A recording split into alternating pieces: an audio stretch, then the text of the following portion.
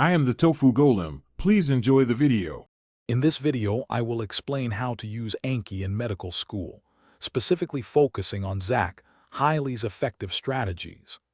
Anki is a powerful spaced repetition system designed to optimize your learning and long-term retention of vast amounts of information.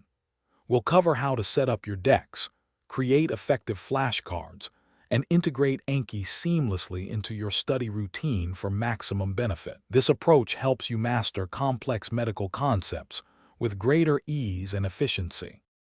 When creating Anki cards, highly recommends focusing on conciseness and active recall. Each card should ideally test one specific concept, making it atomic. Utilize image occlusion for visual information like anatomy or complex physiological pathways.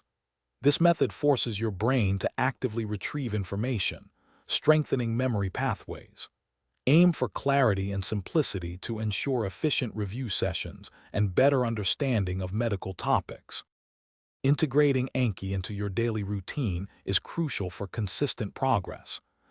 Highly suggests reviewing your cards every day, prioritizing new cards and those due for review. Align your Anki sessions with your lecture schedule, creating cards shortly after learning new material. Adjust your review settings to optimize for your personal learning pace and upcoming exams. This consistent, disciplined approach ensures you stay on top of the immense volume of medical information. To further optimize your Anki experience, consider exploring useful add-ons that enhance functionality, such as heat maps or advanced browser filters. Regularly prune your decks by suspending or deleting cards that are no longer relevant or concepts you've completely mastered. The key to long-term success with Anki in medical school is unwavering consistency.